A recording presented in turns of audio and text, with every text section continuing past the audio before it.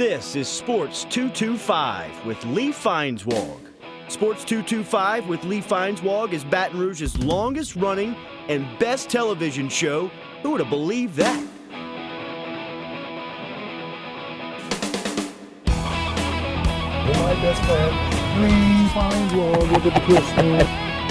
Sports 225 is brought to you by Breck. Remember, it all starts at Breck. Now, your host, Lee Feinswag. You do a mic check. You trust yourself that One, much. two, hello. You're starting. The show's starting, Glenn. The show's starting, Glenn. Oh my gosh, I just looked at the monitor. I wish I'd worn a colorful shirt and went boring instead. Glenn Guilbeau's here. He covers LSU and the SEC for the Gannett News Service. The last time I was here, I think we opened the season back in August. All we did was talk about his trip to London. So today we'll actually talk about sports. But then we started talking about London right away because he's wearing a shirt that he brought back from London, and the Saints are over in London. Yes, trying to get to 500. Yeah. I think they got a good shot. Your shirt finally gets you over 500. People Thank can't you. see the intricacies, the little black specks on the gray, and how nice that is. You Yes, thank you. Thank you very much. know? Glenn's a GQ kind of guy. We can see your shirt very As clearly, am perhaps I. too clearly. As am I. You've been doing the rounds. You do a lot of media stuff. Glenn's a much sought after media guy. You know, you've actually you do some national stuff. Of course, you do local stuff. You got a gig over in Lafayette. Tell people about some of those things that you do. Well, I'm in Lafayette every Tuesday to do, we do a Tigers This Week video. Lafayette has a great studio. It's like a television studio now where we do a lot of videos. And I had Michael Scarborough on yesterday, the TigerBait.com expert, and we broke down LSU, and Michael didn't pull any punches. It's looking like it could be a tough year, could be a decent year, but and then do that each week, and you know, keeps you pretty. Where can pretty people watch that? Oh, on all the Gannett websites, usatoday.com, theadvertiser.com, shreveporttimes.com. You know, I read USA Today most days, and there's an app, a USA Today app on my iPhone. It's pretty nice, and but at least on the iPad, you can bring it down and it'll localize it for you, so you get the lead stories from the Lafayette Advertiser, you know, without having to go to the Lafayette Advertiser itself, which I wouldn't normally do. But there's some good stuff on there.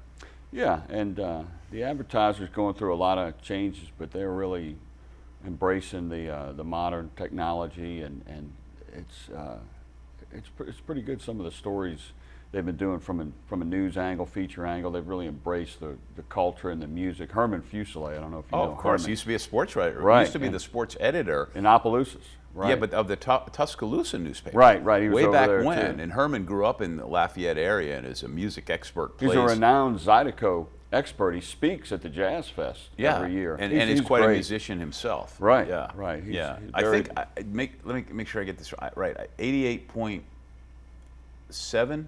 I think in Lafayette is the public radio FM station over there, and some of the music they play in his show you can get over there is really, really good stuff. It is. Yeah. It is. Like I said, we're not going to get off on any tangents. You still do Feinbaum now and then? Yeah, I did Feinbaum a couple weeks ago, actually, after the Mississippi State loss. He tends to get me when things are going bad. Yeah. Well, speaking of which, you said something really interesting as we were talking before we went on the air, which was, well, go ahead. Well, it seems like the rosters go out at LSU after a big loss because everybody discovers suddenly this team's young. You know? Whereas before the season, they just got all these great freshmen and they're going to play and everything's great. But then when they lose, oh, they're too young, you know. And man, we're DBU and we put all these players in the NFL, but you know, they're taking too many of our juniors. You know, that's why we're not good. And of course, if they're taking your juniors, they must have been good for 3 years or hopefully 2. But it just, I find LSU and a lot of schools are like this. They tend to be a excuse factory. I mean, they just start spitting out excuses like Henry Ford spit out Model Ts back in the day when something goes wrong, especially when it's a new coach. You know, if it's an old coach, then you know they'd be going nuts after a loss to Mississippi State. But it's a new coach, so they kind of have some excuses built up. Rationalization, if you will. will. Rationalization, yes. And some of them have some warrant, but it is funny. Why didn't we hear them before the season. Right, right. And I've kind of fell for it too. I mean, I thought the defense was going to be much better. I did say the offensive line was not going to be good. I said that during the summer. We can roll back the tape of our last show if you want. But I knew the defensive line was young, but you can't say your team's young when it's churning out top 10 recruiting classes every year and everybody's excited about the class coming in, then, oh, we're too young. I think Dave Aranda has had a rough start. I mean, I know his players are young, but he's the highest paid coach. Syracuse is going up and down the field on him, Hey, you take away. The coordinators have had a rough start to this season. But Glenn, as you wrote, they're both ball geniuses. Dome geniuses. Dome geniuses. And they're I still think they're very good, but they're off to a rough start. You No can question. be the most brilliant guy in the world in football, but if you don't have the football players, and But I think they do have the football players. Let me go back. You got to coach them right. Let me get this segment out of here on this. The first play of the game for Syracuse was an interception that should have been a pick six and wasn't, and then LSU scored the touchdown right after. Right. And that kid had a relatively good game after that and didn't make that kind of mistake. The quarterback for Syracuse. Oh, yeah, right. You take Dungy, very good game. Not related to Tony Dungy. No. It's different spelling, different color. Yes. But the point is that you take away that very first play and maybe that's a whole different outcome. Yeah, and Miles Brennan, before the interception, he actually threw what should have been a pick six. Yeah. And the guy dropped it. But, that game could have gotten really bad, and that's not a good team. Yeah. They lost to Middle Tennessee. Oh, no doubt. Let's keep talking about LSU football when we get back. He's Glenn Guilbeau. He covers LSU and the SEC for the Gannett News Service. You can follow him at LSU Beat Tweet. Yes. Didn't get that backwards, right? That's and it. at Gannett.com and at all other sorts of entities. I'm Lee Feinswag. This is Sports 225.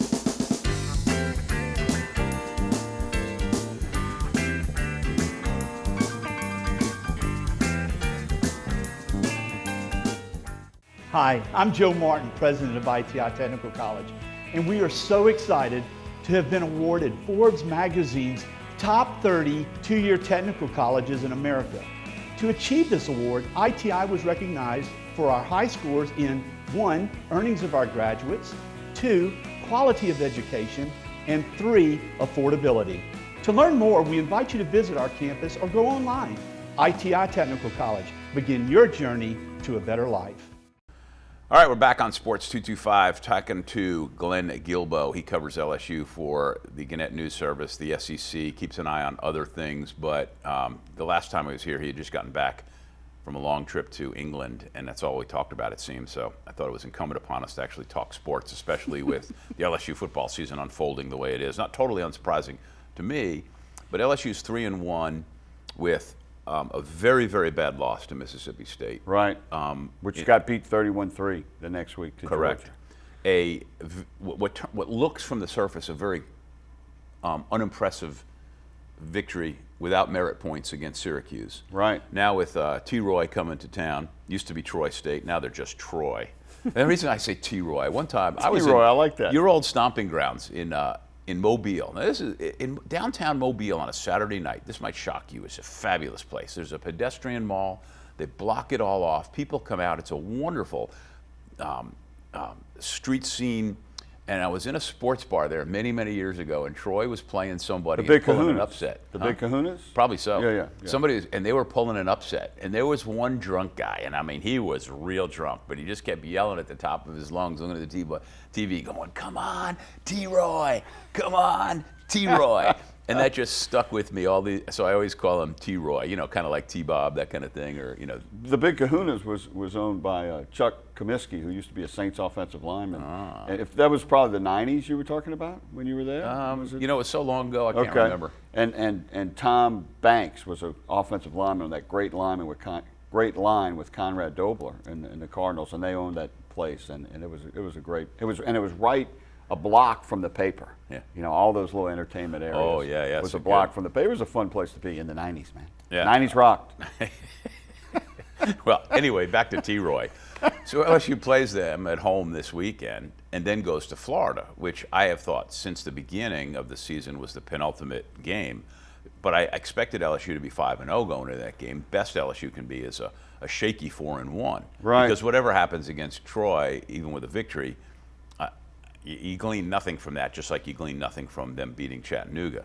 But So my question to you is, after that long-winded diatribe, is this LSU team considerably more shaky than we considered the last time we were here, which was before the season began when you were here? Oh, I think so. I think they're significantly shakier than most people thought. I thought the offensive line was not going to be great, and I thought Mississippi State could beat LSU. Right. It wouldn't be a shock. I picked LSU to win, but not by 30 points. And let me interrupt and you Nick there. Fitzgerald did nothing against Georgia, so Georgia's defense is that much better than LSU's? I mean, come on. Yeah, but the LSU offensive line is in dire straits. Yeah, I mean, the quarterback is under pressure.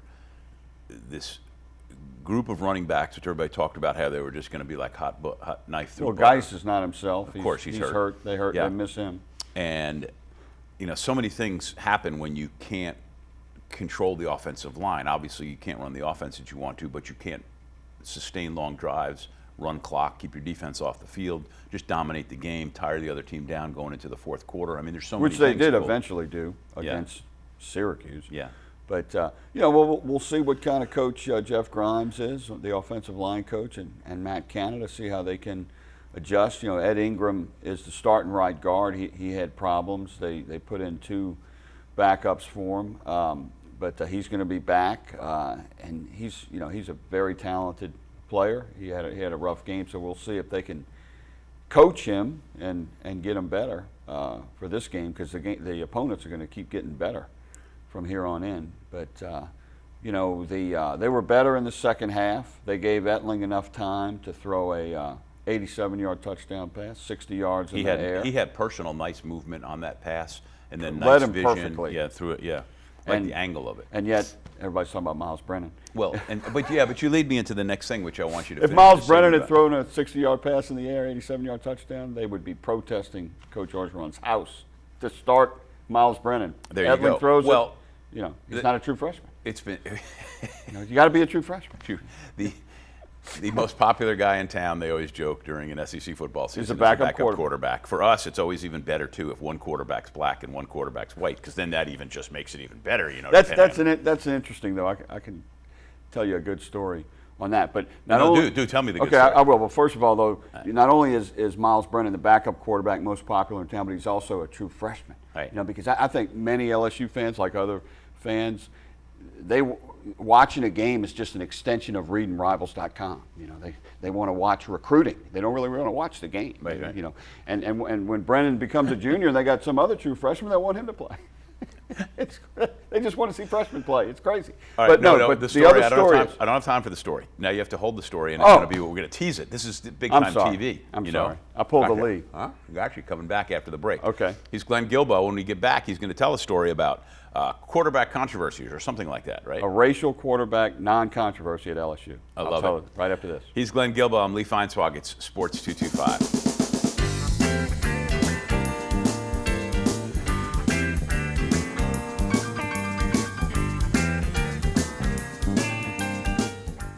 Don't let the bed bugs bite you. We'll put them to sleep. Bed bugs can be transported from most anywhere. Hotels, department stores, even a friend's house. We've got the bead on bed bugs. Call the bug man today. Call 923-BUGS. We are zooming in. I like all that back there. Boy, I talk about having your name in lights, huh? Well, it's not really lights, but it's kind of cool. Show that again, will you, John? That big wide. Oh, look at that. Wow, look at cool. that, huh? That's awesome. What's funny though is I have the T-shirts. I mean, I know you have one too, the Sports 225. Yes, I do. T-shirt with and I always feel weird putting one on. Like I'll take it on the road, but I always feel weird wearing one around town. It's like, oh, look at me, it's my name on my shirt. Self-promotion. Yeah, I know. Well. Glenn Guilbeau's here, and we talked about before the break. It's good. Thanks. You can come back to the sedate shirt I'm wearing.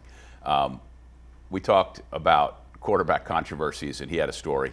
And well, Jamarcus Russell remains statistically the best quarterback in LSU history. One of the highest pass efficiency marks in the country in 2007. But a lot of people thought Matt Flynn was better than him, and people say, oh, well, that's because Jamarcus was black and Matt was white, and maybe that was part of it, but it really wasn't, because if you remember, Josh Booty was the starting quarterback in 2000, had a very good season, all SEC, But Davey was moving in, and Rohan Davey. he became the starter. And Rohan Davey was much more popular than Booty was, even when Booty was playing well. So you give credit to the LSU fans. It wasn't always black and white. Sometimes they just pick who they like. And I wrote this week. I think because LSU's quarterback history has been so weak over the decades, I don't think LSU fans and a lot of LSU media, I don't think they know a good quarterback when they see one, and I don't think they know a bad quarterback when they see one. I mean, Danny Etling is as good a quarterback as been here since Mettenberger, and all they want to talk about is playing Brennan. And there's some writers and fans who actually thought Jordan Jefferson could play quarterback, and he couldn't. I thought he could at first. He actually was good his sophomore year, and he got steadily worse. And Lee got better, but oh no, we got to play Jefferson. I just don't think this city understands quarterbacks. They don't get it. They don't know a good one when they see one. Well, if you go back to 1988, which was the last year I think that Tommy Hodson played, who was a pretty good. 89 was his last year. Pretty good quarterback at LSU. Yeah, very good. And he was popular. That's 28 years ago almost. Yeah, 27 years ago. They haven't had many good ones. Russell, Hodson, Burt Jones. Now, Matt Flynn had a great Burt 1 Jones year. was a little before then. Yeah. I'm saying it chronologically since. Yeah. But no, I was just saying the good ones, and then Y.A. Tittle. I was in awe. Y.A. Tittle was. That's about it. Man. He was a quarterback at LSU before you were born. Jamarcus Russell, I was in awe when I actually saw him play and saw the passes he could throw.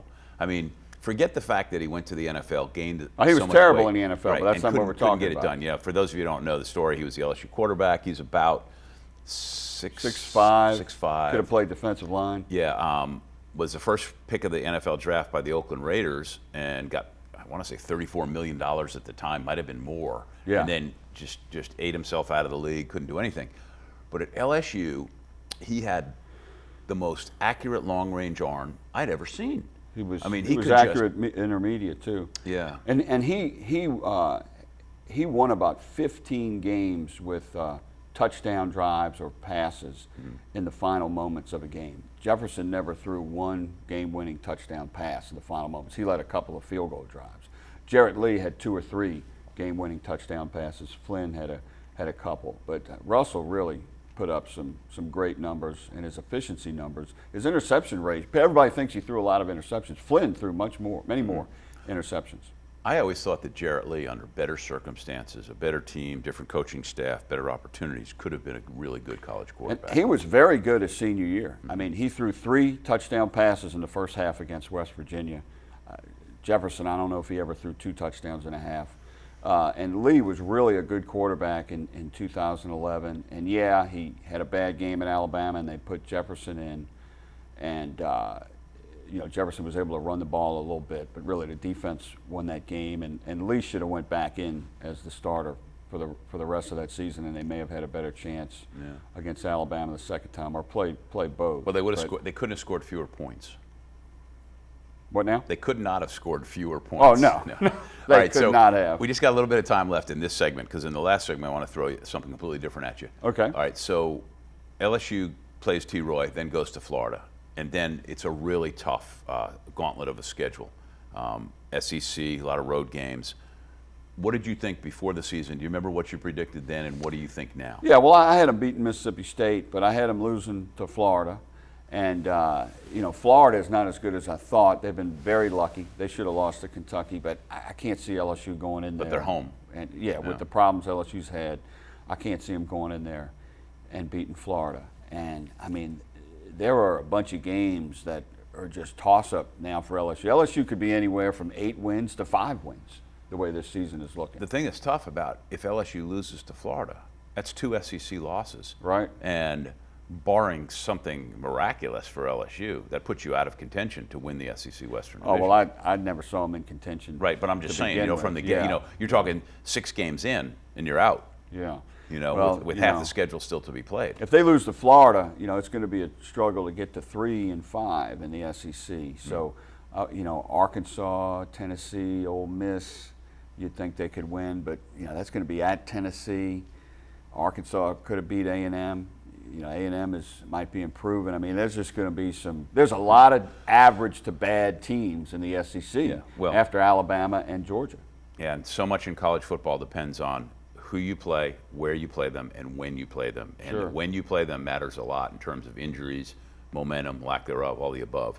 We have momentum going into this final break on Sports 225. Glenn Guilbeau's here. I'm Lee Feinstein. You like that? Good transition, huh? We'll be right back.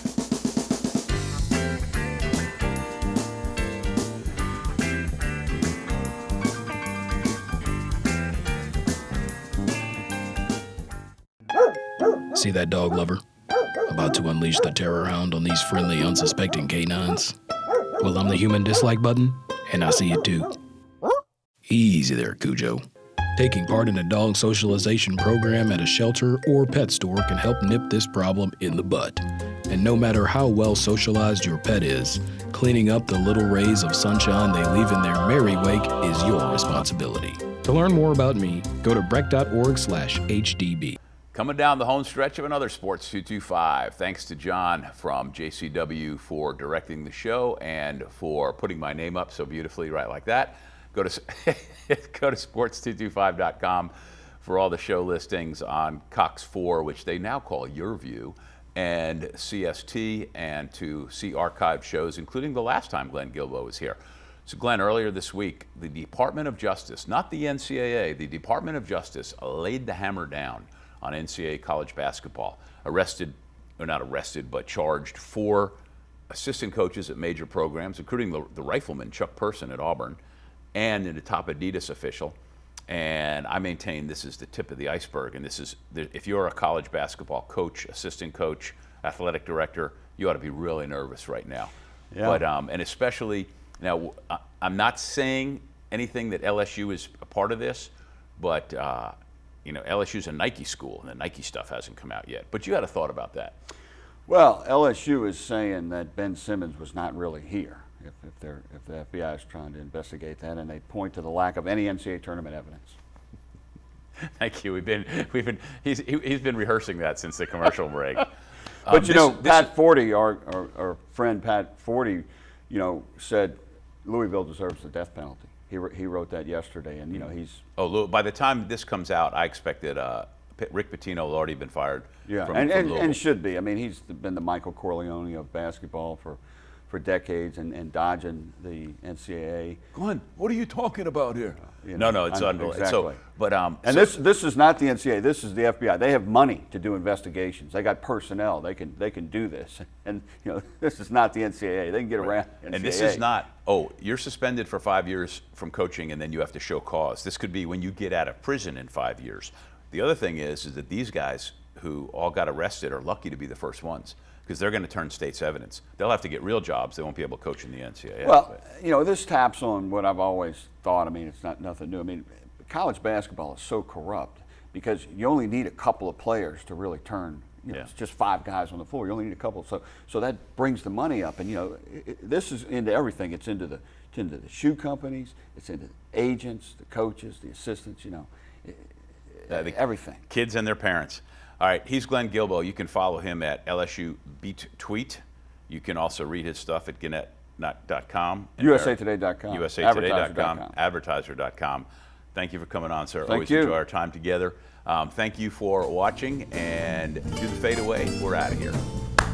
All right.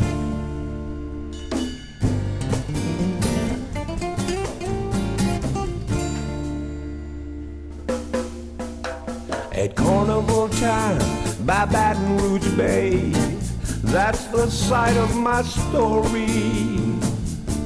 At Spanish Town Mardi Gras, things can get blurry. See the mowers marching